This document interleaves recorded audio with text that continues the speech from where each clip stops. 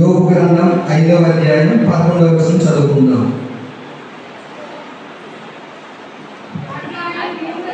ఆయన దీనులను ఉన్నత స్థలములలో నుంచును, దుఃఖపడు వారిని క్షేమమునకు లేవనెత్తును.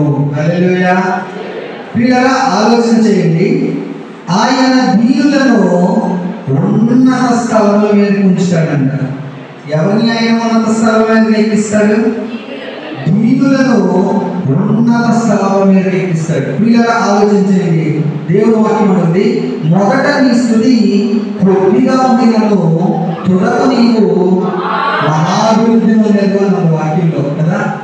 నీవు మొదట నీ స్థితి కొద్దిగా ఉన్నా సరే, మొదట నీ స్థితి కొంచెంగా ఉన్నా సరే, మొదట నీవు మహాభివృద్ధి పొందాలి అంటే కనుక నా ప్రభు చెప్తున్నాడు, ఆయన దీనులను ఏం చేస్తానంటున్నాడు? ఉన్నత. అంటే ప్రియులారా, మనం ఆలోచన చేస్తే కనుక దీనత్వం కలిగిన వారుగా మన జీవితాల్లో మనం ఉండాలి. ఎలా ఉండాలి? నీ స్థితి ఏదైనా సరే, కొన్నిసార్లు తినడానికి తిండి లేని పరిస్థితి నీకు ఎదురైనా, కొన్నిసార్లు ఎలాంటి భయంకరమైన పరిస్థితులు నీ జీవితంలో ఎదురైనా, కొన్నిసార్లు నీకు సమృద్ధిగా ఉన్నా నువ్వు ఎలా ఉండాలి అంటే ప్రభు సన్నిధిలో దీనత్వం కలిగిన వ్యక్తిగా నువ్వు ఉండాలి. హల్లెలూయా. ఎలా ఉండాలి? ఎవరిని దేవుడు హెచ్చిస్తాడు అంటే, ఏ వ్యక్తి అయితే ప్రభు సన్నిధిలో దీనుడిగా, ఏ వ్యక్తి అయితే ప్రభు సన్నిధిలో దీనత్వం కలిగిన వ్యక్తిగా ఉంటాడో అలాంటి వాళ్ళని నా ప్రభు ఏం చేస్తాడంట? ఉన్నత స్థలం. ఈ మాట ఎవరు అంటారంటే భక్తుడైన యోబు గారు అంటారు. ఈ మాట ఎవరంటారు? భక్తుడైన యోబు.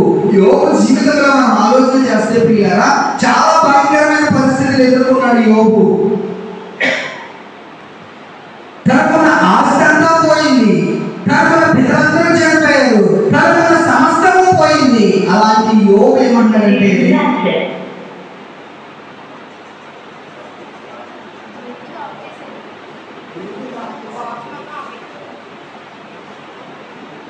అలాంటి పరిస్థితిలో యోబు చెప్తున్న మాట ఏంటి తెలుసా?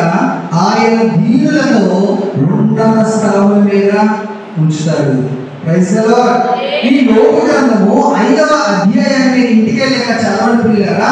తన జీవితంలో ఎన్నో జరిగినాయి. ముందు అధ్యాయం మనం చదివితే తనకున్న పశువులు పోయి, తనకున్న పిల్లలు చనిపోయారు.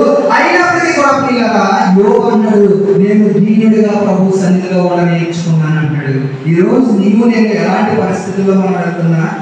ఈరోజు నీవు నేను సమృద్ధి అనుభవాల్లో వెళ్తున్నా, ఒకవేళ లేని పరిస్థితుల్లో, తినడానికి తిండి లేని పరిస్థితుల్లో వెళ్తున్నా సరే, నువ్వు దీనత్వం కలిగిన వ్యక్తి అయితే కనుక నా ప్రభు నేను ఏం చేస్తాడో తెలుసా?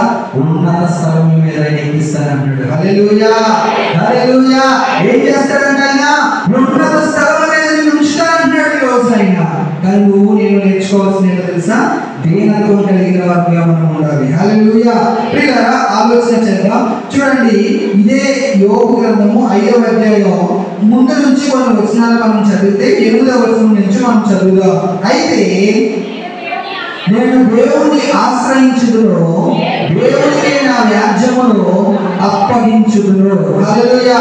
ప్రియులారా, ఆ ముందు వచనాన్ని మనం చదివితే, నేను చదువుతాను చూడండి. నీవు మొరలిన ఎడల నీకు ఉత్తరం ఇవ్వగలవాడు ఎవడైనా ముందుగా, పరిశుద్ధ దూతలో ఎవరి కట్టు తిరుగుదు, దౌర్భాగ్యమును గూర్చి ఏడ్చుట వలన మూడులు నశించెదరు, బుద్ధి లేని వారు అసూయ వలన చచ్చెదరు. మూడులు వేరు కనుక నేను చూచి ఉన్నాను, అయినను తోడని అతని నివాస స్థలం శాపగ్రస్తమని కనుగొంటిని.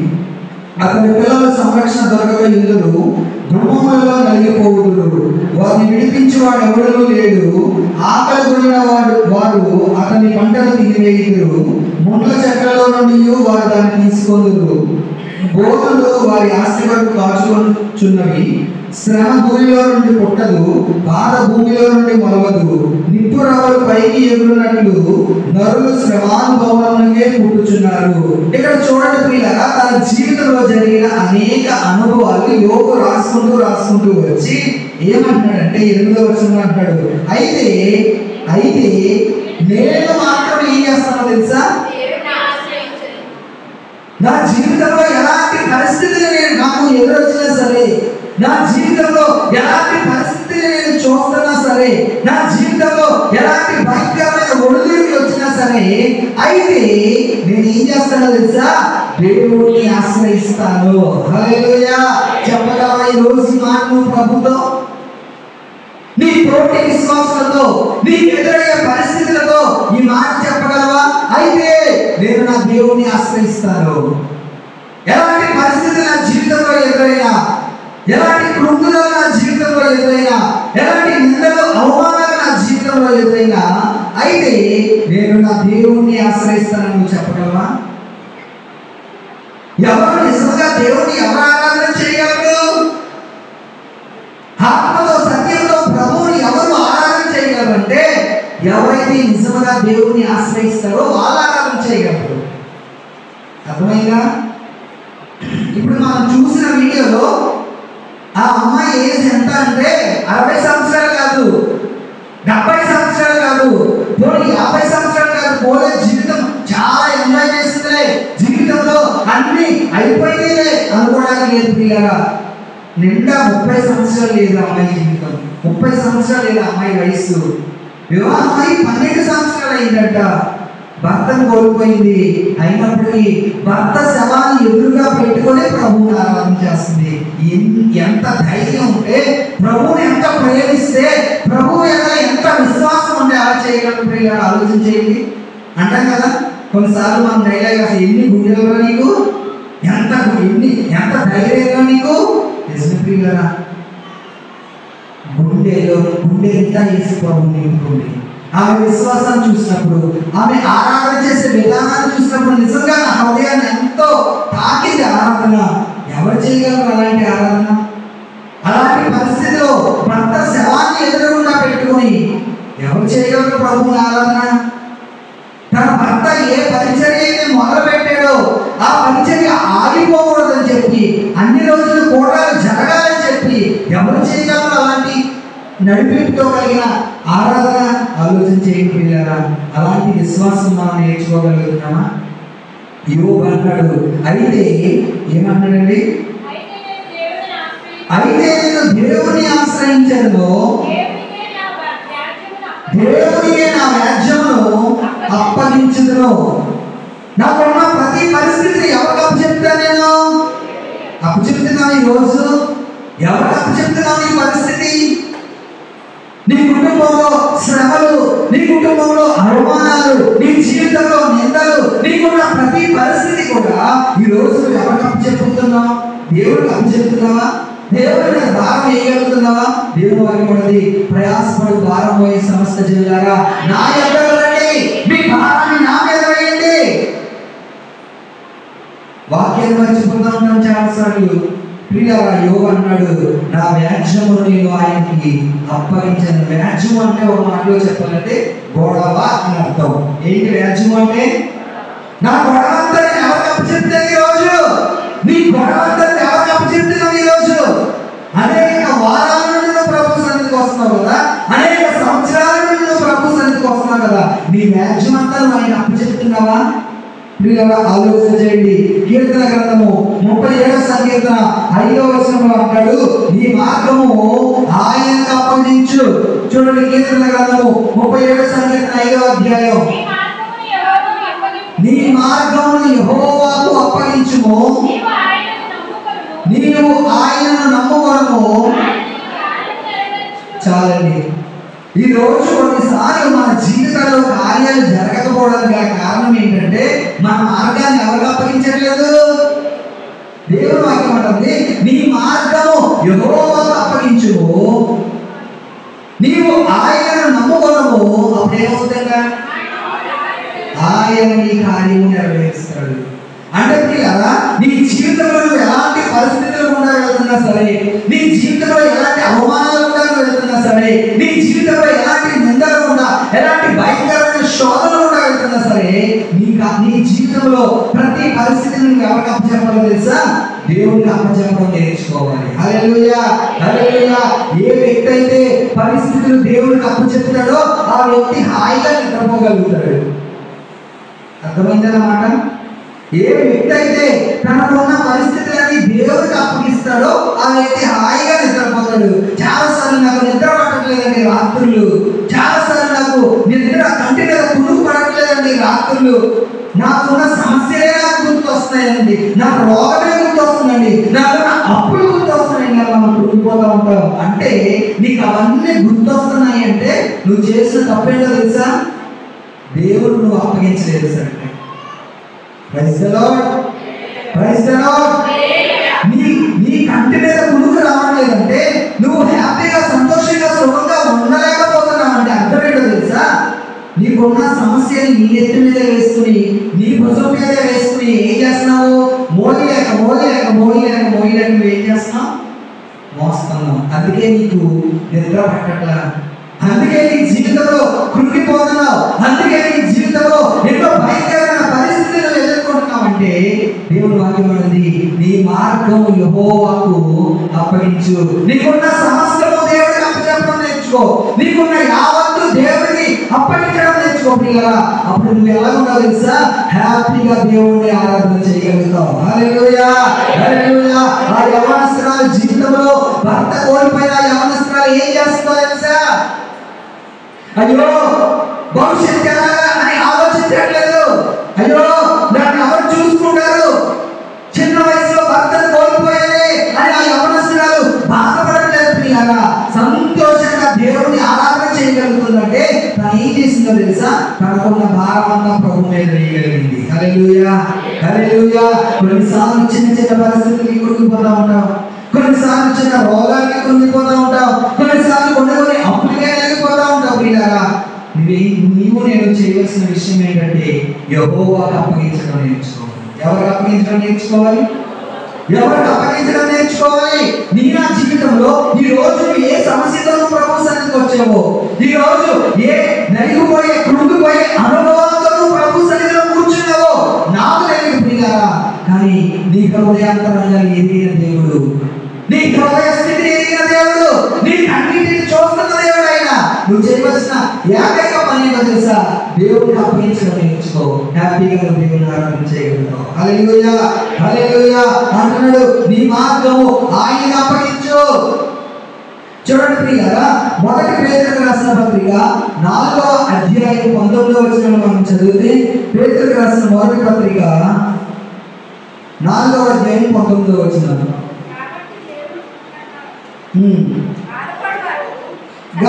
కాబట్టి దేవుని చిత్త ప్రకారం బాధపడువారు సత్ప్రవర్తన గలవారై నమ్మకమైన సృష్టికర్తకు తమ ఆత్మలను అప్పగించుకోవాలను. ఎవరికి అప్పగించుకోవాలన్న మన ఆత్మలను? మన దేవుడు ఎవరో తెలుసా? ఆయన నమ్మకమైన సృష్టికర్త. ప్రియులారా, ఈ రోజు మనుషులకి ఏదైనా వాగ్దానం చేస్తారా? ఆ మాట తప్పిపోతారు. కానీ ఆయన మాట తప్పుటకు ఆయన నరమాత్రుడు కాదు. కొన్నిసార్లు ప్రభు నీ జీవితంలో చేసిన వాగ్దానం ఆలస్యం అవ్వచ్చు, కొన్నిసార్లు ప్రభు నీ జీవితంలో చేసిన వాగ్దానం ఆలస్యం అవ్వచ్చు, కానీ ఆయన మాట తప్పుటకు నరుడు కాదు. అలాంటి దేవుడికి మన ఆత్మను అప్పగించుకోవాలంట. ఎవరికి అప్పగిస్తున్నాం ఈరోజు? ఎవరికి అప్పగిస్తున్నాం నీ జీవితము? ఆలోచన చేయండి పిల్లగా. చూడండి, అదే మొదటి పేతురు 2వ అధ్యాయం 23వ వచనం మనం చదివితే, ఆయన దూషింపబడి బదులు దూషింపలేదు, ఆయన శ్రమ పెట్టబడి బెదిరింపక న్యాయముగా తీర్పు తీర్చి దేవునికి తనను తాను అప్పగించుకొనెను. యేసు ప్రభు జీవితాన్ని మనం చూసినప్పుడు ఎన్నో భయంకరమైన శ్రమలు అనుభవించడం మొదలు పెట్టాడు. ఎన్నో భయంకరమైన నిందలు ఎదురయ్యాయి, భయంకరమైన శోధనలు ఎదురయ్యాయి. అయినప్పటికీ కూడా ఏం చేశాడంట? తనను తాను ఎవరికి అప్పగించుకున్నాడంట? దేవునికి అప్పగించాడు. ఈ రోజు నీ జీవితంలో ప్రతి పరిస్థితి ఎవరికి అప్పగించాలి? ఈ రోజు నీ జీవితంలో ఎవరికి అప్పగించాలి? ఇక్కడ ఉన్నారా లేదా? చెప్పండి. దేవునికి అప్పగించాలి. ఏ వ్యక్తి అయితే దేవుని మీద ఆధారపడతాడో, ఏ వ్యక్తి అయితే దేవుని మీద ఆనుకుంటాడో, ఏ వ్యక్తి అయితే పూర్తిగా దేవునికి సరెండర్ అయిపోతాడో ఆ వ్యక్తి హ్యాపీగా బ్రతకగలుగుతాడు తన జీవితంలో. హల్లెలూయా.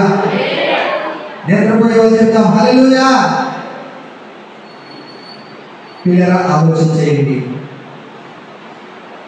మన ఆత్మను ఎవరికి అప్పగించుకోవాలంట? దేవుడికి. నీకున్న ప్రతిదాన్ని దేవుడికి అప్పగించు. ప్రభువా ఇదిగో నా కుటుంబ పరిస్థితి ఇది, ఇదిగో ప్రభువా నా వ్యాపార పరిస్థితి ఇది, ఇదిగో ప్రభువా నా ఉద్యోగ పరిస్థితి ఇది, ఇదిగో ప్రభువా నా కుటుంబంలో ఇలాంటి సమస్యలు నేను ఎదుర్కొంటున్నాను అని చెప్పి నువ్వు ఎవరికి అప్పగించాలో తెలుసా? దేవుడికి అప్పగించడం నేర్చుకో. దేవుడికి పరిస్థితులు అప్పగించడం నేర్చుకో. యేసు ప్రభు అంట తను తాను దేవుడికి అప్పగించుకున్నాడంట. ముళ్ళకిరీటం ఎదురుకుండా ఉంది, సిలువ ఎదురుకుండా ఉంది, కొరడాలపై ఎదురుకుండా ఉన్నాయి. ఎన్ని ఎదురుపడినా సరే తను తాను ఎవరికి అప్పగించుకున్నాడు? దేవుడికి అప్పగించుకున్నాడు. నీనా జీవితంలో మనం దేవుడికి అప్పగించుకోగలుగుతున్నామా? నీకున్న గొడవలు, నీకున్న వ్యాఖ్యలు, నీకున్న సమస్యలు, నీకున్న నిందలు, నీకున్న అప్పులు, నీకున్న రోగాలు ప్రతిదీ మనం ఎవరికి అప్పచెప్పాలో తెలుసా? దేవుడికి అప్పచెప్పడం నేర్చుకో. ఈ జీవితంలో ఆయన ఒక అద్భుతం చేయడం ప్రారంభిస్తాడు. హల్లెలూయా, హల్లెలూయా. చూడండి పిల్లరా, మొదటి 2వ దినవృత్తాంతముల గ్రంథము 33వ అధ్యాయం 12వ వచనం మనం చదివితే, దినవృత్తాంతములు 33:12, 2వ దినవృత్తాంతము 33:12. అతడు శ్రమలో ఉన్నప్పుడు తమ దేవుడైన యెహోవాను బతిమాలుకొని తన పితరుల దేవుని సన్నిధిని తనను తాను బహుగా తగ్గించుకొని ఆయనకు మొరపెట్టగా ఆయన అతని విన్నపములను ఆలకించి యెరూషలేమునకు అతని రాజ్యములోనికి అతని తిరిగి తీసుకొని వచ్చినప్పుడు యెహోవా దేవుడై ఉన్నాడని మనస్సే తెలుసుకుని. పిల్లరా, ఈ భక్తుని జీవితంలో శ్రమలో ఉన్నప్పుడు, నిందలు అవమానాలు ఎదురైనప్పుడు ఏం చేశాడంట? యెహోవాను బ్రతిమలాడుకున్నాడంట. తనకు తాను తగ్గించుకొని ఏం చేశాడు? ఎవరు బ్రతిమలాడుకున్నాడు? నీ జీవితంలో క్లిష్ట పరిస్థితుల్లో, కష్ట పరిస్థితుల్లో ఉన్నప్పుడు ఎవరిని బ్రతిమలాడాలి? నువ్వు దేవుని సన్నిధికి రావడం నేర్చుకోవాలి. దేవుడిని బ్రతిమలాడడం నేర్చుకోవాలి. ప్రియులారా, ఈ రోజు మనం మనుషులుగా ఎవరిని బ్రతిమలాడుతున్నామంటే అధికారులను బ్రతిమలాడడానికి వెళ్తున్నాము. మనుషులుగా చాలాసార్లు ఎవరిని బ్రతిమలాడుతున్నామంటే మన బంధువులు బ్రతిమలాడి, ఈ విషయంలో నాకు కొంచెం హెల్ప్ చేయండి, ఈ విషయంలో నాకు సహాయం చేయండి అని మనుషులు బ్రతిమలాడుతున్నాం. వాళ్ళకి ఇష్టమైతే సహాయం చేస్తారు, కష్టమైతే పొమ్మంటారు. కానీ నీవు నేను దేవుడిని బ్రతిమలాడితే ప్రతి పరిస్థితుల్లో ఆయన సహాయం చేయడానికి ఆయన సమర్థుడు. హల్లెలూయా, హల్లెలూయా. అది వ్యాధ, అది బాధ, అది శోధన, అది నింద, అది అవమానాల, ఏ పరిస్థితి అయినా సరే ఎవరిని బ్రతిమలాడాలి అంటే దేవుడిని బ్రతిమలాడడం నేర్చుకోవాలి. మనుషులుగా ప్రియులారా, ఈ రోజు మనం బ్రతిమలాడాల్సింది ఎవరిని బ్రతిమలాడాలి? దేవుడిని బ్రతిమలాడాలి. నీవు దేవుడిని బ్రతిమలాడడం నేర్చుకుంటే, ఆయన అప్పగించడం నేర్చుకుంటే ఆయన నీ కార్యాన్ని సఫలం చేసే దేవుడు. హల్లెలూయా, హల్లెలూయా. చూడండి, తిమోతికి రాసిన పత్రిక 2వ తిమోతి 1:12 అంటాడు, నేను నమ్మిన వారిని నేను ఎరుగుదును అంటాడు. ఏమంటాడు? ఎప్పుడైతే మన జీవితంలో మనం దేవుడికి అప్పగిస్తామో ఆయన ఎలాంటి కార్యాలు చేస్తాడో నువ్వు ఆలోచన చేయడం ప్రారంభించాలి.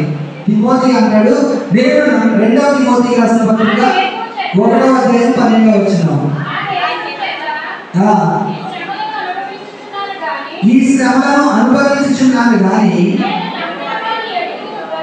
నేను నమ్మిన వారిని ఎరుగుదును గనుక ఏం చేయడంట? నేను నమ్మిన వారిని ఎరుగుదును గనుక నేనేమను? సిగ్గుపడను. చెప్పండి, నేను నమ్మిన వారిని నేను ఎరుగుదును కనుక నేను సిగ్గుపడను. నా దేవుడు ఎవరో తెలుసా? నిన్ను ప్రార్థించుకునేలా చేసే దేవుడు కాదు. నా దేవుడు ఎవరో తెలుసా? నిన్ను సిగ్గుపరిచే దేవుడు కాదు. నీవు నేను ఆరాధన చేసే దేవుడు ఎవరంటే ఆయన సిగ్గుపరచకుండా మనల్ని తలెత్తే దేవుడుగా ఆయన ఉన్నాడు. హల్లెలూయా. ఎలాంటి పరిస్థితిలో, ఎలాంటి నువ్వు కన్నీటి ప్రవాహంలో కొట్టి వెళ్ళిపోతున్నా సరే నీ దేవుడు ఎవరో నువ్వు ఎదగాలి. అర్థమవుతుందా? ఇంతవరకు మనము లోకంలో ఉన్నప్పుడు, లోకంలో ఉన్న వాటిని ఆరాధన చేసినప్పుడు మన దేవుడు ఎవరో మనకు సరిగ్గా తెలియదు. కానీ ఇక్కడ తిమోతి అంటాడు, నా దేవుడు ఎవరో నాకు తెలుసు. తిమోతికి పత్రిక రాస్తూ పౌలు గారు అన్నాడు, ఓ తిమోతి, నీ దేవుడు దేవుడు నువ్వు ఎరిగితే, నీ దేవుడు నువ్వు లోతుగా తెలుసుకుంటే, నీ దేవుడు ఎంత శక్తిమంతుడో, నీ దేవుడు ఎంత బలవంతుడో, నీ దేవుడు ఎన్ని ఆశ్చర్యకార్యాలు చేసే దేవుడు, నీ దేవుడి శక్తి నీకు అర్థమైతే నీవు సిగ్గుపడవు. హల్లెలూయా. ప్రియులారా, ఆలోచన చేయండి. యోబు అంటాడు, నా జీవితంలో నేను సమస్తము నా దేవునికి నేను అప్పగిస్తాను. రండి మన మూలవాక్యానికి మనం వద్దాం. యోబు గ్రంథము 5వ అధ్యాయము, యోబు గ్రంథము 5వ అధ్యాయము 8వ వచనంలో అంటాడు కదా, అయితే నేను దేవుని ఆశ్రయించుదును, దేవునికి నా రాజ్యమును అప్పగించుదును. 9వ వచనం చదవండి. ఆయన పరిశోధింపజాలని మహాకార్యములలో లెక్కలేనన్ని అద్భుత క్రియలను చేయవాడు. ఎవరైతే తమ పరిస్థితులను, తమ జీవితాన్ని ప్రభువుకు అప్పగిస్తారో వారి జీవితంలో దేవుడు ఏం చేస్తాడంట? వారి జీవితంలో దేవుడు ఏం చేస్తాడు? చదవండి వాక్యంలో. ఆయన పరిశోధింపజాలని మహాకార్యములను లెక్కలేనన్ని అద్భుతములను చేయగల దేవుడు మా దేవుడు. హల్లెలూయా, హల్లెలూయా. చూడండి, కీర్తన గ్రంథం 72:18 అన్నాడు, ఆయన మాత్రమే ఆశ్చర్య కార్యములు చేయవాడు, ఆయన మాత్రమే అద్భుతాలు చేసే దేవుడు. ఒకవేళ నీ జీవితంలో ఒక అద్భుతం కోసము, నీ జీవితంలో ఒక మేలు కోసం ప్రభు సన్నిధిలో వేచి ఉన్నావేమో నా ప్రియులారా, ఆలోచన చేయండి. మనుషులు ఎవరు నీ జీవితంలో కార్యాలు చేయరు, మనుషులు ఎవరు నీ జీవితంలో సహాయం చేయరు. మరి ఎవరు మన జీవితంలో సహాయం చేసేవారంటే ఆయన మాత్రమే సహాయం చేసే దేవుడు. హల్లెలూయా, హల్లెలూయా. అదే యోబు గ్రంథము 9వ అధ్యాయము 10వ వచనంలో ఏమంటాడు చూడండి. ఎవడనో తెలుసుకోలేని మహత్తైన కార్యములను, లెక్కలేనన్ని అద్భుత క్రియలను ఆయన చేయించున్నాడు. ఎన్ని అద్భుతాలంట! లెక్కలేని అద్భుత కార్యాలు చేస్తున్నాడు. ఈ రోజు నువ్వు నేను నేర్చుకోవాల్సింది ఏంటంటే, ఏ పరిస్థితిలో అయినా సరే ఆయన్ని ఆరాధన చేయడం నేర్చుకోవాలి. ఏం చేయడం నేర్చుకోవాలి? ఇప్పుడు మనం చూసిన వీడియోలో ఏముంది? భక్త శవం కిందే ఉంది, కింద స్టేజ్ లో భక్త శవం ఉంది, పైన భార్య ఏం చేస్తుంది? ఏ పరిస్థితిలో అయినా సరే ఆరాధన చేయగలమా? అలాంటి పరిస్థితి జీవితంలో ఎదురైనప్పుడు, అలాంటి పరిస్థితులు, క్లిష్ట పరిస్థితులు మన జీవితంలో ఎదురైనప్పుడు మన ప్రభువుని నిజంగా ఆరాధన చేయగలమా? దానికంటే ముందు ఇంకొక విషయాన్ని నేను గుర్తు చేస్తాను. అందరూ యూట్యూబ్ తెలుసున్న వాళ్ళు కదా, ఎప్పుడు యూట్యూబ్తోనే ఉంటాం, ఏదో చూస్తూ ఉంటాం. ఈ మధ్య కాలంలోని కాకినాడలో ఒక సేవకుడికి 2 కుమారులు ఉంటాయి. ప్రియారా, స్నేహితులతో పాటు వాళ్ళు ఎక్కడికో వెళ్ళి మొత్తం 10 మంది చనిపోయారు వాళ్ళు. అందులో ఈ సేవకుడు కూడా 2 కుమారులు కూడా చనిపోయారు. 2 కుమారులు చనిపోతే ఉన్న 2 కుమారులు మంచి పరిచయం చేసే సేవకుడు. లోకమంతా ఏమంటారు? ఏ పెద్ద సేవకుడు కదా, నీ పిల్లలను ప్రభువు రక్షించలేదా, నీ పిల్లలను ప్రభువు కాపాడలేదా? ఎవరు ఎన్ని మాటలు మాట్లాడినా ఆ సేవకుడు ఏం చెప్తున్నాడో తెలుసా? నా పిల్లల అడ్రస్ మారిందంటే. అసలు ప్రియులారా, ఈ మధ్యకాలంలో ఇలాంటివి చూస్తున్నప్పుడు విశ్వాసంలో చాలా బలపరచబడుతున్నాను నేనైతే. నా మట్టుకు నేను విశ్వాసంలో నిజమే ప్రియులారా. మన జీవితంలో అలాంటి పరిస్థితులు ఎదురైనప్పుడు ప్రభువుని ఆరాధన చేయగలమంటారా? గతంలో మన మొన్న మీటింగ్స్ జరిగింది కదా, అందులో ఒక సేవకురాలు మన మధ్యకి వచ్చారు కదా, దేవరాజు గారు అని చెప్పి అక్కడి నుంచి. ఒక కొడుకు చనిపోతే వాళ్ళు కూడా ఘనమైన దేవుడికి ఘనమైన కృతజ్ఞత టైటిల్తో పెద్ద గోడం పెట్టారు. 2 కొడుకులో ప్రభు ఒక కొడుకుని తీసుకెళ్ళిపోతే వాళ్ళంతా మహింపరిచాడు. మరొక సేవకుడు 2 కొడుకులు చనిపోయారు.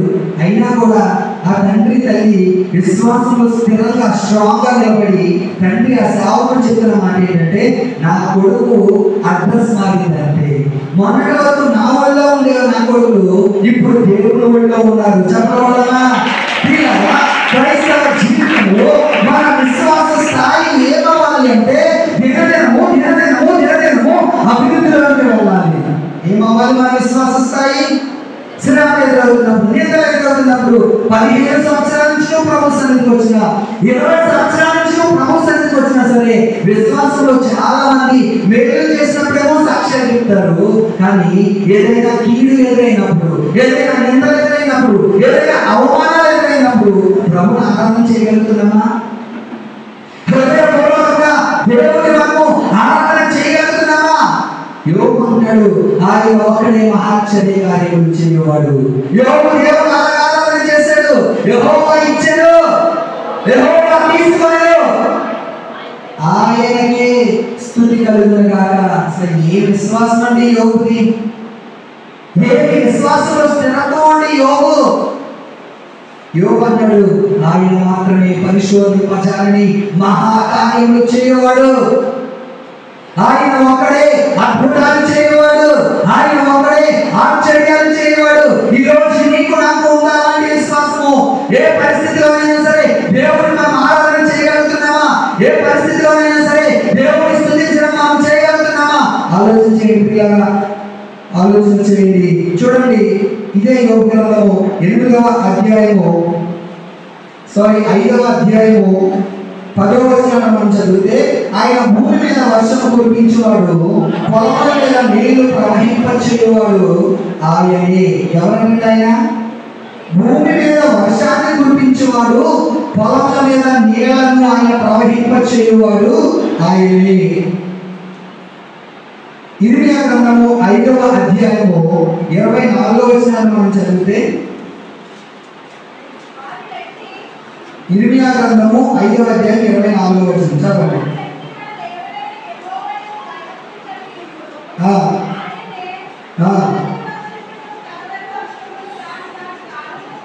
రండి, మన దేవుడైన యెహోవా యందు భయభక్తులు కలిగి ఉందాము. ఆయనే తొలకరి వర్షమును కడవరి వర్షము దాని కాలంగా కురిపించేవాడు కదా. నిర్ణయింపబడిన కోతకాలపు వారులను ఆయన మనకు రప్పించినవి తమ మనసులలో అనుకోవడం. మనం ఆలోచన చేస్తాం, ఆయనే తొలకరి వర్షమును కడవరి వర్షమును దాని కాలమును కురిపించేవాడు. నీ జీవితంలో ఏ టైంలో ఏం చేయాలో ఆయన బాగా తెలుసు. కొన్నిసార్లు మనం ఏమైపోతామంటే మన జీవితంలో కంగారు పడిపోతా ఉంటాం. ఏదైనా కార్యం ఆలస్యమైతే, ఏదైనా దేవుడు నీ జీవితంలో ఒక కార్యము ఉద్యోగం ఇచ్చే విషయంలో ఆలస్యం చేస్తే, వివాహ విషయంలో ఒక కొంచెం ఆలస్యమైతే, వ్యాపార విషయంలో ఆలస్యమైతే, నీ జీవితంలో ఏదైనా ఆలస్యమైతే మనం ఏమైపోతా ఉంటాం? కంగారు పడిపోతా ఉంటాము. కానీ దేవుడు అన్నాడు, దాని కాలంలో ఆయన దయచేసే దేవుడు. హల్లెలూయా! ఎంతమంది నమ్ముతున్నారన్నమాట? పరిశుద్ధాత్మ దేవుడు చెప్తున్న మాట తెలుసా? మీకు తగిన సమయంలో నేను మిమ్మల్ని హెచ్చిస్తాను. దేవుడు వాక్యమంది, తగిన సమయమందు మీరు హెచ్చింపబడినట్లు ఆయన బలిష్టమైన చేతి కింద ఎలా ఉండాలంటే మనము దీన మనస్కులమై ఉండాలి. ప్రతి ఒక్కరికి ఒక కాలం ఉంది. నీ జీవితంలో కార్యం చేయడానికి ఒక కాలం ఉంది. నీ జీవితంలో అద్భుతం జరగడానికి ఒక కాలం ఉంది. పిల్లరా, ఆలోచన చేయండి. దాని కాలంలో ఆయన భూమిని ఏం చేస్తున్నాడంట? వర్షాన్ని కురిపిస్తున్నాడు. హల్లెలూయా, హల్లెలూయా. చూడండి, అపోస్తలుల కార్యము 14వ అధ్యాయం 17వ వచనాన్ని మనం చదివితే, అపోస్తలుల కార్యములు 14వ అధ్యాయం 17వ వచనం.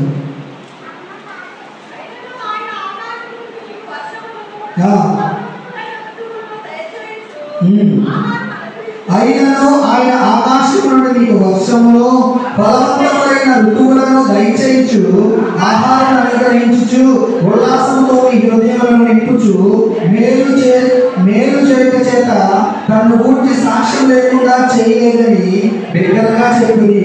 వారిలాగా చెప్పి తమకు బలి అర్పింపకుండా సమూహములను ఆపుటకు బహుప్రయాసం. మనం ఆలోచన చేస్తాను కదా, 15వ వచనంలో అంటాడు, అయినను ఆయన ఆకాశం నుండి మీకు వర్షమును ఫలవంతమైన ఋతువులను దయచేయచ్చు, ఆహారం అనుగ్రహించును, ఉల్లాసంతో మీ హృదయములను నింపుచు, మేలు చేయుట చేత తను గూర్చి సాక్ష్యము లేకుండా చేయలేదని బిగ్గరగా చెప్పింది. ఆయన ఏం చేస్తున్నాడట?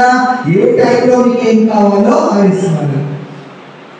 పిల్లగా మనం ఆలోచన చేయాలి, నీ చిత్తమే నా జీవితంలో జరగాలి అని మనం ప్రార్థన చేయాలి. ఆయన చిత్తానుసారంగా మనం నడిపించబడుతూ ఉండాలి. ఆయన ఇచ్చే టైంలో మనం తీసుకున్నాం అనుకోండి, అది ఎప్పటికీ శాశ్వతంగా ఉంటుంది.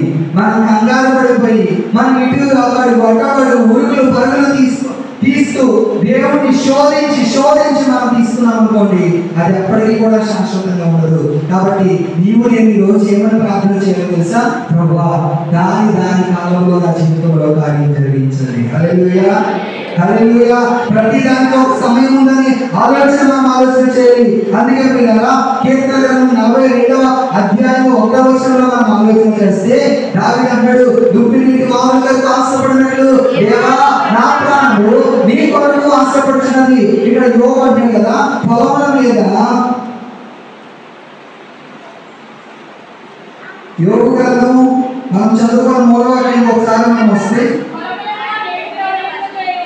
ఆయన పొలముల మీద నీళ్లు ప్రవహింపచేయవాడు.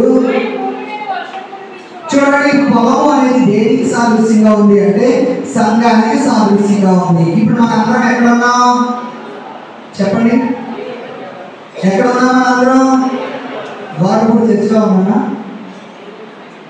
పొలము, సంఘము అంటే ఏంటి? ఇదంతా ఒక పొలం. ఇప్పుడు ఈ పొలంలో చూడండి, వర్షం వచ్చినప్పుడు పిల్లగా పొలం దేనికోసం వెయిట్ చేస్తుంది?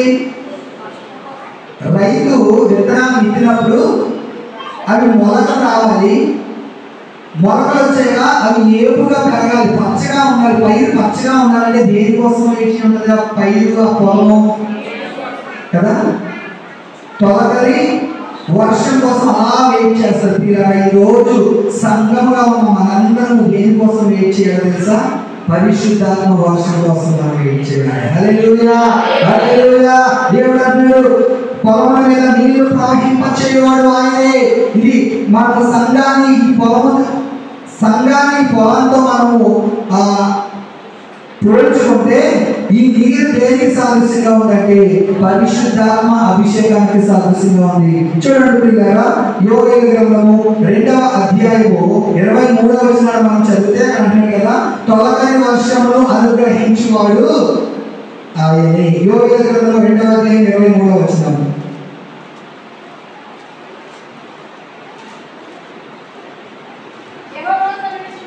యెహోవా సెలవిచ్చినట్లు, యోవేలు 2:23. ఉత్సహించి మీ దేవుడైన యెహోవా యందు సంతోషించుడి. తన నీతిని బట్టి ఆయన తొలకరి వర్షమును మీకు అనుగ్రహించును. వాన కురిపించి తొలకరి వర్షమును కడవరి వర్షమును మీకు అనుగ్రహించును. ఏం అనుగ్రహిస్తాడంట ఆయన?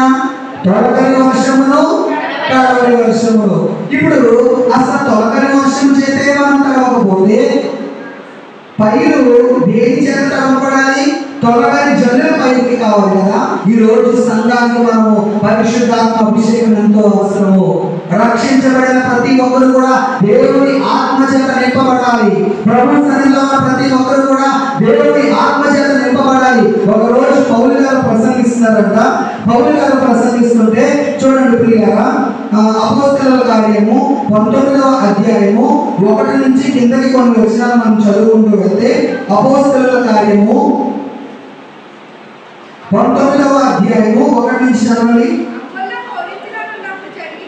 అపోలో కొరింథీలో ఉన్నప్పుడు జరిగినదేమనగా, పౌలు పై ప్రదేశంలో సంచరించి ఎఫెసునకు వచ్చి కొందరు శిష్యులను చూచి, మీరు విశ్వసించినప్పుడు పరిశుద్ధాత్మను పొందితిరా అని వారిని అడిగగా, వారు పరిశుద్ధాత్ముడు ఉన్నాడన్న సంగతి ఏమేమో లేదని చెప్పింది. పౌలు గారు వచ్చారంట. వచ్చినప్పుడు ఈ అపోలో కొరింథీలో ఉన్నప్పుడు జరిగినది ఏమనగా, పౌలు ఎఫెసుకు వచ్చినప్పుడు కొందరు శిష్యులు పౌలు గారు చూశారంట.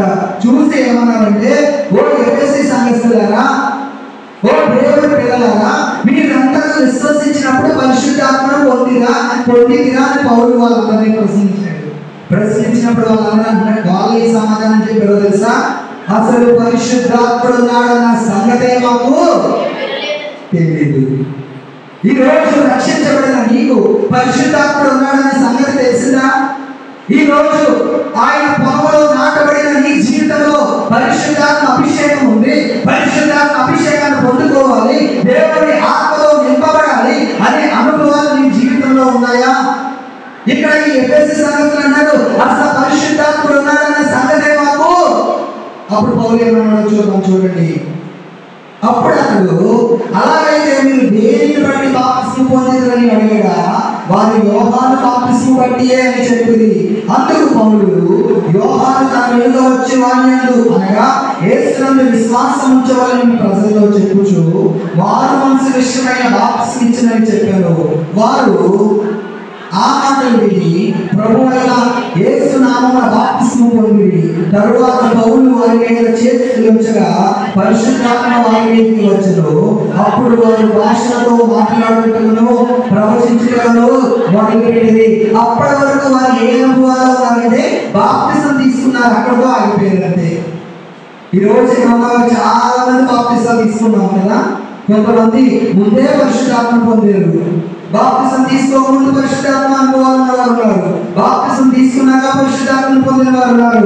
ఇక్కడ వీరి జీవితం ఏంటంటే యోహాను ఇచ్చిన బాప్తిసం మాత్రమే వారు తీసుకున్నారు, కానీ వారి జీవితంలో ఏ అనుభవం లేదు, పరిశుద్ధాత్మ అనుభవం లేదు. ఇప్పుడు పౌలు గారు ఎప్పుడైతే ఈ మాట అడిగారో వాళ్ళందరిలో ఒక మంట, వాళ్ళందరిలో ఒక ఆకలి. దానికి అంటాడు కదా, దేవా నా ప్రాణం నీ కొరకు ఆశపడి దుప్పినీటి వారిగా ఆశపడినట్లు దేవా నా ప్రాణం నీ కొరకు ఆశపడుతున్న దావీదు సెలవిచ్చినట్టుగా ఇప్పుడు వీళ్ళ ప్రాణము దేని కొరకు ఆశపడుతుంది, ఈ పొలము దేని కొరకు ఆశపడుతుంది, ఈ ఎఫెసీ అనే సంఘము, ఈ ఎఫెసీ అనే పొలము దేని కొరకు ఆశపడుతుంది అంటే తొలగని వారి కొరకు ఆశపడుతుంది. హల్లెలూయా హల్లెలూయా. ఇప్పుడు వీళ్ళందరూ అసలు పరిశుద్ధాత్ముడు ఉన్నాడన్న సంగతే మాకు తెలియదు అన్న వీళ్ళు ఇప్పుడు పరిశుద్ధాత్మ అభిషేకం కొరకు వేచి ఉండడం ప్రారంభించారు. ఎప్పుడైతే ప్రభువు నీ ఆత్మ మాకు కావాలని అన్నారో పౌలు వారి మీద చేతులు ఉంచినప్పుడు పరిశుద్ధాత్ముడు దిగాడంట. హల్లెలూయా హల్లెలూయా. ఒక్కొక్కరు దేవుని ఆత్మతో నింపబడి అన్య భాషలతో దేవుని స్తుతించడం మొదలు పెట్టారు. రక్షింపబడిన నీ నా జీవితాల్లో ఇందాక మనం చూసాం కదా, ఆ వీడియోలో ఏం చేశారు, వాళ్ళందరూ సంఘం అంతా ఏక మనసులో దేవుని ఆరాధన చేస్తున్నారు. శ్రమలో, నిందలో, అవమానాలు ఎవరు దేవుని ఆరాధన చేయగలరు? భర్త శవాన్ని కింద పెట్టుకుని పైన ఆ స్త్రీ దేవుని ఎంత ధైర్యంగా ఆరాధన చేస్తుంది. ఎందుకు ఆరాధన చేయగలుగుతుందంటే ఆమె పరిశుద్ధాత్మలో ఆనందించడం మొదలు పెట్టింది. హల్లెలూయా. ఎవరిలో ఆనందిస్తున్నామే? పౌలు అన్నాడు ప్రభువునందు ఆనందించండి. మరలా చెబుతాడు ప్రభువునందు ఆనందించండి. ఈ రోజు ప్రభువులో మనం ఆనందించే వారుగా ఉంటున్నామా? దేవుని ఆత్మ అనుభవాల్లో మనం ఆనందించే వారుగా ఉంటున్నామా? లేదంటే లోకంలోని స్నేహితుల దగ్గర, సినిమాల్లోని, షికారులోని వారి దగ్గర, వీళ్ళ దగ్గర నువ్వు ఆనందిస్తున్నావేమో. ఒక యవ్వనస్తుడిగా నీ జీవితం ఎక్కడ ఆనందించాలో తెలుసా? ప్రభు సన్నిధిలో ఆనందించడం మొదలు పెట్టాలి. ప్రియులారా ఆలోచన చేయండి. బలిపీఠాన్ని మనం వదలకూడదు. ఈరోజు చాలాసార్లు ఆరాధన చేయడానికి మనము సిగ్గుపడిపోతాం, ఆరాధన చేయడానికి వెనకనే వస్తాము. చూడండి, ఇప్పుడు వాక్యం చెప్తానా, వాక్యం అయిపోద్ది, ఈ జనాలు ఇలా వెళ్ళిపోతున్నారు అన్నమాట. గోడ లేకపోతే అలా వెళ్ళిపోతున్నారు. ప్రభు సన్నిధికి వచ్చిన మనము ఒక చోట స్థిరంగా కూర్చోలేమా? ప్రభు సన్నిధికి వచ్చిన మనము పిల్లల గొప్ప కోసం చెప్పట్లేదు, కానీ నేను రక్షించబడిన తొలి దినాల్లో, అంటే తొలి దినాలు అంటే మా మాటే నుంచి వెళ్ళటం అనే ఆ గ్రామానికి మేము ఎవ్రీ వీక్ చర్చికి వెళ్ళేవాళ్ళం. మధ్యలో ఒకవేళ ఏదైనా ఆలస్యమై ప్రార్థన మధ్యలో నేను వెళ్ళినా సరే నా ప్లేస్ ఎక్కడ తెలుసా? 100 మంది 200 మంది అందరినీ తోసుకుని వచ్చేసేవాడిని. ఎక్కడికి వచ్చేసి ఆ బలిపేటను వదిలేవాడు కాదు. అసలు ఆ బలిపేట స్టేజ్ దగ్గరే ఇలా పైకి చూసినా పర్వాలేదు, మా స్టేజ్ ఇంకా కొంచెం ఎదుగుంటుంది అక్కడ చర్చ్లో, ఇలా పైకి చూసినా పర్వాలేదు, స్టేజ్ దగ్గరే కూర్చోవాలి నేను. ఎందుకు ఈ మాట చెప్తున్నానంటే ఆ ఆశ్రమంలో ఉండాలి. దేవుడు ఏం చూస్తాడు? పై రూపంగా చూసేది నీ హృదయంలో ఉన్న ఆశను దేవుడు చూస్తాడు. ఏం చూస్తాడు? ఈ రోజు యవనస్తులుగా, ఈ రోజు మనం ప్రభు సన్నిధికి వస్తున్న మనము దేవుని బలిపీఠాన్ని ప్రేమించగలుగుతున్నామా? దేవుని సన్నిధిని ప్రేమించగలుగుతున్నామా? దేవుని సన్నిధిలో ఉన్న ఆ ఆనందాన్ని మనం అనుభవించగలుగుతున్నామా? ఆలోచన చేయండి. ఆయన దీనులలో ఏం చేస్తారంటే ఆ మాటని చూపించి ముగిస్తారు. యోబు గ్రంథము 5వ అధ్యాయము 11వ వచనం చదవండి. ఆయన దీనులను ఉన్నత స్థలములలో ఉంచును, దుఃఖపడే వారిని క్షేమమునకు లేవనెత్తును. పిల్లగా ఎవరైతే ప్రభువుని ఆదరణ చేస్తారో, ఎవరైతే దీనత్వం కలిగి ఉంటారో దీనులను ప్రభు ఏం చేస్తారంట? ఉన్నత స్థలం మీద ఉంచుతారు. చూడండి, చాలా మంది సాక్ష్యాలు మనం వింటున్నప్పుడు, ఒకప్పుడు మేము చాలా పేద స్థితి అండి, ఒకప్పుడు మేము మాకు తినడానికి తిండి లేని పరిస్థితి అండి, కానీ ఈ రోజు దేవుడు మమ్మల్ని ఉన్నత స్థితిలో ఉంచాడండి అని కొన్ని సాక్ష్యాలు విన్నప్పుడు తీరారా, వారి దీనత్వంలో, వారి దీన స్థితిలో ఎవరి మీద నమ్మకించారంటే దేవుడి మీద నమ్మకించారు. వారి భయంకరమైన పరిస్థితిలో లేని స్థితిలో, పేదరికంలో ఎవరి మీద వారు మనసు లగ్నం చేశారంటే దేవుడి మీద. వారు దేవుడి మీద ఆనుకున్నట్లుగా మనం చూస్తున్నాం. అలాంటి దీనులను ఆయన ఏం చేస్తాడంటే ఉన్నత స్థలం మీద ఆయన ఉంచుతాడంట. హల్లెలూయా, హల్లెలూయా. చూడండి, మదర్ తెరీసా అందరికీ తెలుస్తారా? ఈ మదర్ తెరీసా దీనత్వం అంటే ఒక ఎగ్జాంపుల్ నేను చెప్తున్నాను. ఆమె ఒక అనాథ శరణాలయాన్ని నడిపించేది. చాలా మంది ఏవో ఇస్తా ఉండేవారు. ఆమె దగ్గర కొన్నిసార్లు ఏమీ లేకపోతే ఆమె వాళ్ళని వేలని అడిగిందంట. ఒక రోజు ఒక వ్యక్తి దగ్గరికి వెళ్ళిందంట, నా అనాథ శరణాలయంలో పిల్లలకు పెట్టడానికి నా దగ్గర ఏమీ లేదండి అని ఒక వ్యక్తి దగ్గరికి వెళ్ళి ఆ చేయి చాపినప్పుడు కదా, ఎప్పుడైతే ఆ చేయి చాపిందో పో బయటికి పో అని చెప్పి ఆ ఏ వ్యక్తి దగ్గరికి వెళ్ళి అయితే వెళ్ళిందో ఆ వ్యక్తి తుమ్ముమని ఉమ్మూసాడంట. ఉయ్యగానే చెయ్యి పట్టింది కదా, ఆ చేతిలో పడిందంట ఆ ఉమ్మెల్లి. ఎప్పుడైతే ఆ ఉమ్మెల్లి ఆ చేతిలో పడిందో అదే మనమైతే ఏం చేస్తాం, ఎంత సీరియస్ అయిపోతాం కదా. కానీ ఆమె ఆ చెయ్యినంటే ఇలా ఎంత పెట్టుకుని, ఇది నాకండి, నా పిల్లలకి ఏమైనా ఉంటే ఇస్తారా? పిల్లల ఆలోచన చేయండి. దీనిలో ఉన్నత స్థలముల పైన ఎలా పెడతాడో తెలుసా? మనం ఏ పరిస్థితిలో ఉన్న దీనత్వాన్ని నేర్చుకోవాలి. కొన్నిసార్లు నీకు అననుకూల పరిస్థితుల్లో, కొన్నిసార్లు భయంకరమైన పరిస్థితుల్లో, కొన్నిసార్లు నీ ఇంట్లో ఏమీ లేకపోవచ్చు, అయినా సరే నువ్వు దీనత్వం కలిగి ప్రభువుని ఆరాధన చేయగలవా? దీనత్వం కలిగి ప్రభువును లోపడగలవా? దీనులను ఉన్నత స్థలముల మీద ఉంచుతారంట. దీనులను ఉన్నత స్థలముల మీద ఉంచుతాడు. చూడండి, కీర్తన గ్రంథం ఒక 4 వచనాలు నేను చూపిస్తాను. కీర్తన గ్రంథము 25వ అధ్యాయం 9వ వచనం అన్నాడు, దీనులను ఆయన నడిపించును. నువ్వు నడిపించబడాలంటే దీనత్వం కలిగి ఉండాలి. కీర్తన గ్రంథము 138:6 అన్నాడు, దీనులను ఆయన లక్ష్య పెడతాడు. ఎవరిని ఆయన లక్ష్య పెడతాడు? ఏ వ్యక్తి అయితే దీనత్వం కలిగి ఉంటాడో, ఏ వ్యక్తి అయితే దీనుడుగా ఉంటాడో, దీనురాలుగా ఉంటాడో ఆ వ్యక్తిని నా ప్రభు లక్ష్య పెడతాడు. కొన్నిసార్లు ప్రభు నన్ను పట్టించుకోవట్లేదండి, కొన్నిసార్లు ప్రభు నన్ను చూడట్లేదండి, నా ప్రార్థనకి జవాబు ఇవ్వట్లేదండి అని మనం అంటూ ఉంటాం కదా. ఆయన జవాబు ఇవ్వకపోవడం కాదు, నీలో ఎక్కడో దీనత్వం తక్కువైపోయిందేమో. ఆయన నడిపించకపోవడం కాదు, నువ్వెక్కడో ఆయన వదిలేసావు, లోకంలో ఎక్కడో పడిపోయావు, ప్రజలతో ఎక్కడో కలిసిపోయావు. అందుకే నీలో దీనత్వం తక్కువైపోయి కొన్నిసార్లు ఆయన్ని అలాగా చూస్తున్నాడు, కానీ ఆయన నీ జీవితంలో ఏమీ చేయలేకపోతున్నాడు. దీనులను ఆయన ఉన్నత స్థలంలో ఏదైనా ఉంచుతాడు. అదే కీర్తన గ్రంథం 147:6 అంటున్నాడు, దీనులను ఆయన లేవనెత్తువాడు. నువ్వు పడిపోయిన స్థితిలోంచి నువ్వు లేవనెత్తబడాలి అంటే, నువ్వు కృంగిపోయిన స్థితిలోంచి నువ్వు లేవనెత్తబడాలి అంటే ఆయన సన్నిధిలో దీనత్వం కలిగి బ్రతకడం నేర్చుకో. ఎలా ఉండాలి ఆయన సన్నిధిలో? దీనత్వం కలిగి ఉండడం నేర్చుకోవాలి. 2వ కొరింథీయులకు రాసిన పత్రిక 7వ అధ్యాయము 6వ వచనంలో మనం చదివితే, కొరింథీయులకు రాసిన 2వ పత్రిక 7వ అధ్యాయం 6వ వచనం, అయినను దీనులను ఆదరించు దేవుడు తీర్పు రాక వలన మమ్మును ఆదరించెను. ఏం చేస్తారండి ఆయన? దీనులను ఆయన ఆదరించే దేవుడు. దీనులను లక్ష్య పెడతాడు, దీనులను నడిపిస్తాడు, దీనులను ఆయన ఏం చేస్తాడు? లేవనెత్తుతాడు. 4వదిగా మనం ఆలోచన చేస్తే ఆదరించే దేవుడిగా ఉన్నాడు. 5వదిగా మనం ఆలోచన చేస్తే దీనులను ఆయన అలంకరిస్తాడంట. కీర్తన గ్రంథము 149వ సంకీర్తన 4వ వచనంలో ఏమన్నాడు తెలుసా? దీనులను ఆయన అలంకరిస్తాడు. ఏంటితో అలంకరిస్తాడు?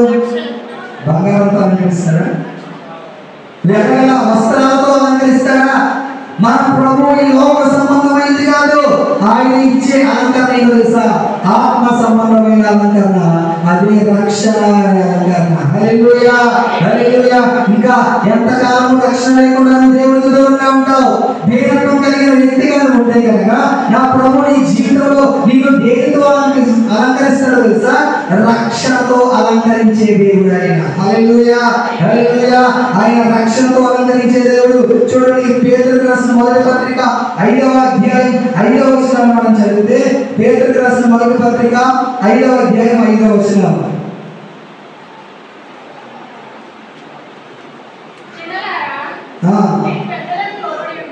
చిన్నలారా మీరు పెద్దలకు లోబడి ఉండి మీరందరూ ఎదుటివాని ఎడల దేన మనస్సు అనే వస్త్రమును ధరించుకొని మిమ్మల్ని మీరు అలంకరించుకోండి. చాలండి. ఏ అలంకరణతో మనం అలంకరించుకోవాలంట? ఒకరి ఎడల ఒకరు మనం ఎలా ఉండాలి? దేన మనస్సు అనే వస్త్రముతో మిమ్మల్ని మీరు అలాంటి. ఏంటి ఉపయోగం? మనం దీనులుగా ఉంటే మనకు వచ్చే ఉపయోగం ఏంటి? మనం దీనత్వం కలిగిన వారంగా ఉంటే మనకు వచ్చే మేలేంటి? అంతే కదా. మనం ఏం ఆలోచిస్తాం? ఏదైనా ఒకటి మనం చేస్తే అవతల నుంచి ఏదో మనకు ప్రతిఫలాపేక్ష మనకు కావాలి. అవతల నుంచి ఏదో మనం పొందుకోవాలి కదా. ప్రభు అన్నాడు దీనులను రక్షణతో అలంకరిస్తానన్నాడు. ఇంకా ఏమన్నాడు తెలుసా? దాని నెక్స్ట్ వచనం చదవండి. దేవుడు అహంకారాలను ఎదిరించి దీనులకు కృప అలంకరించుడు. ఏం అలంకరిస్తాడంట ఆయన? దీనులకు ఆయన దీనులకు ఆయన ఏమిస్తాడంట? కృపిస్తాడంట. ఈ లోకంలో మనకి ఏమున్నా లేకపోయినా ఏముంటే సరిపోతుంది? ఆయన కృప ఉంటే సరిపోతుంది కదా. ఎంతమందికి కావాలి ఈరోజు ఆయన కృప? ప్రతిరోజు మనము ఆయన అడగవలసింది, మన ప్రార్థనలో రోజు అడగవలసిన ఒక విషయం ఏంటో తెలుసా? ప్రభువా, ఈ దినానికి కావాల్సిన కృప నాకు దయచేయండి. హల్లెలూయా. ఏం కోరుకోవాలి ఆయన దగ్గర? ఈ దినానికి కావాల్సిన కృప నాకు కావాలి. ఈ కృప అంటే ఎక్కడో బయట దొరికేది కాదు, షాపులో దొరికేది కాదు. ఎక్కడ దొరుకుతుంది ఈ కృప అంటే? దేవుని సన్నిధిలోనే దొరుకుతుంది. హల్లెలూయా, హల్లెలూయా. ఈ రోజు డైలీ ప్రామిస్ ఎంతమంది చదివారు? మార్నింగ్ గ్రూప్ లో డైలీ ప్రామిస్ పెడుతున్నాం కదా. ఎంతమంది చదివారా? ఏంటి రోజు వాక్యం ఏంటి చెప్పండి? మా దేవుని సన్నిధిని మేము విడిచిపెట్టము. ఈ తీర్మానంలో ఉంటే కనుక దేవుడికి ఏమి ఇస్తాడో తెలుసా? ఆయన అమూల్యమైన కృపతో నిన్ను అలంకరిస్తాడు దేవుడు. హల్లెలూయా. ఏమిస్తాడు ఆయన? నీకు కృపనిస్తాడు. అర్హత లేని మనల్ని అర్హులుగా చేశాడు ఆయన కృప ఇవ్వడానికి కదా. ఈ లోకంలో మనుషులందరూ మన ధృవీకరించిన యోబు అంటాడు, ఆయన దీనులను ఏం చేస్తాడంట? ఉన్నత స్థలంలో మీద ఉంచుతాడు. దీనత్వం కలిగిన వ్యక్తిగా నీవు ఉంటే, దీనత్వం అనే వస్త్రాన్ని ధరించుకునే వ్యక్తిగా నీవు ఉంటే కనుక నీలో జీవితాలు ఆయన ఎక్కడ నిలబెట్టాలో తెలుసా? ఉన్నత స్థలంలో మీద ఆయన నిలబెట్టే దేవుడు. ఎక్కడ వాళ్ళకి మోకరిద్దాం, ఒక క్షణం. ప్రభా, అలాంటి దీనత్వం నాకు దయచేయండి ప్రభా. తొలగరి వర్షపు జల్లులతో నన్ను అభిషేకించండి ప్రభా. నీ సంఘం అనే పొలంలో ఉన్నాను ప్రభా. నీ సంఘం అనే పొలంలో నన్ను నాటేదను బట్టి నీకు స్తోత్రాలు ప్రభా. ప్రతి ఒక్కరము దీనత్వం అనే మనస్సు నాకు కావాలి ప్రభా. దీనత్వం అనే వస్త్రాన్ని నేను ధరించుకోవాలి ప్రభా.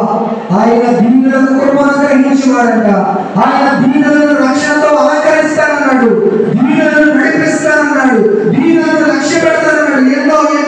ఎన్నో శ్రేష్టమైన మాటల ద్వారా ఈ రోజు ఆయన నిన్ను బలపరిచాడు కదా. ఒక క్షణం మనం ప్రార్థన చేద్దామా? ప్రార్థన చేద్దాం. ప్రతి ఒక్కరూ మనం ప్రార్థన చేద్దాం. హల్లెలూయా, హల్లెలూయా, హల్లెలూయా, హల్లెలూయా. మహోన్నతుడా నీకు స్తోత్రం, స్తోత్రం, స్తోత్రం. సర్వోన్నతుడా నీకు స్తోత్రం. సర్వాధికారి నీకు వందనాలు, స్తుతులు, స్తోత్రాలు. ప్రభువా నీకు వందనాలు. దీనత్వం కలిగిన వారంగా మేము ఉండాలి ప్రభువా.